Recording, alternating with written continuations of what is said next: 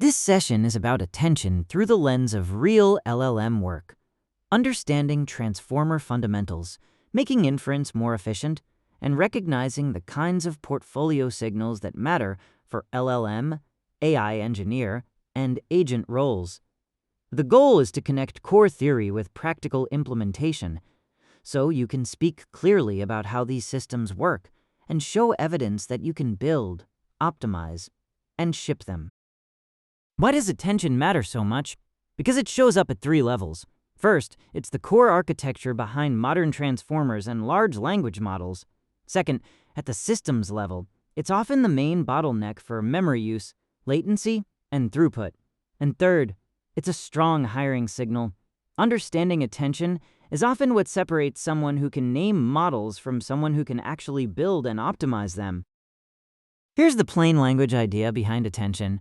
For each token, the query represents what it's looking for. Every other token has a key, which describes what it can offer, and a value, which is the actual information it contributes. The model compares queries to keys to decide what matters most, then combines the corresponding values. That's how it focuses on the most relevant context for each token.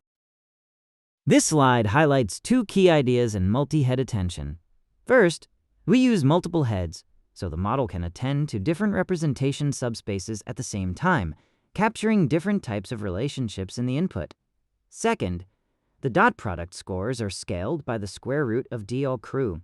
That scaling keeps large values from pushing softmax into saturation, which helps maintain stable gradients and more effective learning. This slide contrasts causal and bidirectional attention. In causal, or unidirectional, attention, each token can only see the tokens before it. That left-to-right masking makes it the default for decoder-only models like GPT and Llama, and it works well for chat, summarization, and agent actions. Bidirectional attention lets each token see the full context, which is ideal for encoders, embeddings, classification, retrieval, and semantic search. The core bottleneck is attention. In standard transformers, attention scales quadratically with sequence length, or O of n squared. That means memory and compute grow with the square of the token count. So if you double the context length, the attention cost jumps by about 4 times. That's why long context models get expensive so quickly, and why architecture decisions and optimized kernels matter so much in production. This slide shows the path attention takes inside a transformer. We start with tokens, convert them into embeddings, and then pass them into multi-head attention. Inside that module, the core operation is scale.product attention, where queries, keys, and values are compared to decide what information matters most. In PyTorch, .n, Merldy head attention packages this whole process, and under the hood, it can call scaled.product attention with optimized backends when they're available. In production, attention performance depends heavily on the backend. As a math reference, standard scaled.product attention is exact, easy to read, and useful as a benchmarking baseline. Flash attention uses a fused CUDA kernel to cut high bandwidth memory, reads and writes, which greatly reduces memory use at long context lengths. And PyTorch's SDPA API can automatically choose the best backend while still exposing controls like attention masks, dropout, and causal mode. This slide maps the main design choices for handling long context.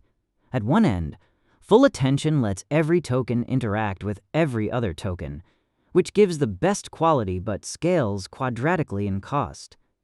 SPA or local methods, like longformer, limit attention with sliding windows and a few global tokens.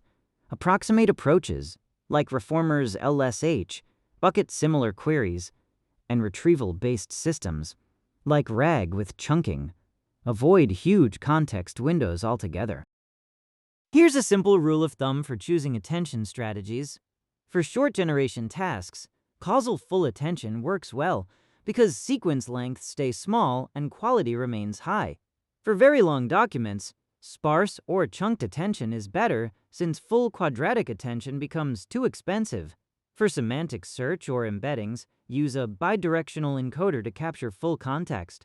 And for agent memory or retrieval, RAG, with a small context window, keeps costs down while staying precise.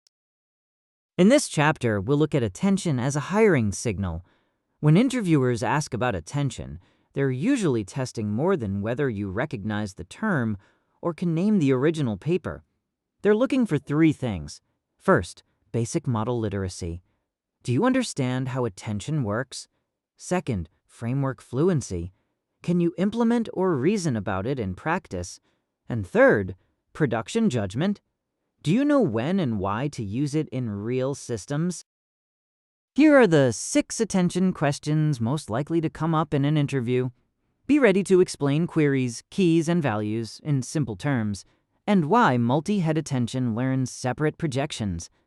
You should also know when to use causal versus bidirectional attention, why long context becomes expensive so quickly, what optimized kernels are improving under the hood, and one sparse attention variant, along with the trade-off it makes. What really separates strong candidates is depth of understanding. A weak signal is someone who can list model names or paper titles, but can't explain why attention is expensive or how architecture affects product behavior. A strong signal is someone who can clearly walk through queries, keys, and values, connect context length to memory and latency, and translate those technical trade-offs into real product decisions. In this chapter, we'll look at 3 portfolio projects designed to clearly demonstrate competence. Each one is compact enough for someone to inspect quickly, but still rich enough to show how you think. Together, they map directly to what interviews usually assess: correctness, code clarity, awareness of performance, and the ability to explain trade-offs. The goal is to make your skills easy to evaluate and easy to trust. For Project 1, I implemented scale.product attention from scratch in PyTorch. The goal was to build the core mechanism myself, rather than rely on a high-level library call. To validate it, I compared my outputs on simple toy examples against PyTorch's multi-head attention module. This project shows that I understand the underlying math and data flow behind attention, not just how to use the API. Project 2 is to visualize attention masks. The idea is to build a notebook or lightweight app that shows causal and bidirectional masks side by side, so you can clearly see which token positions are allowed to influence others. This works well in interviews because the output is instantly readable. It turns a pretty abstract concept into something concrete, visual, and easy to explain with confidence. Project 3 focuses on benchmarking attention backends in PyTorch. I run scale.product attention across different sequence lengths, then measure latency and peak memory for each backend.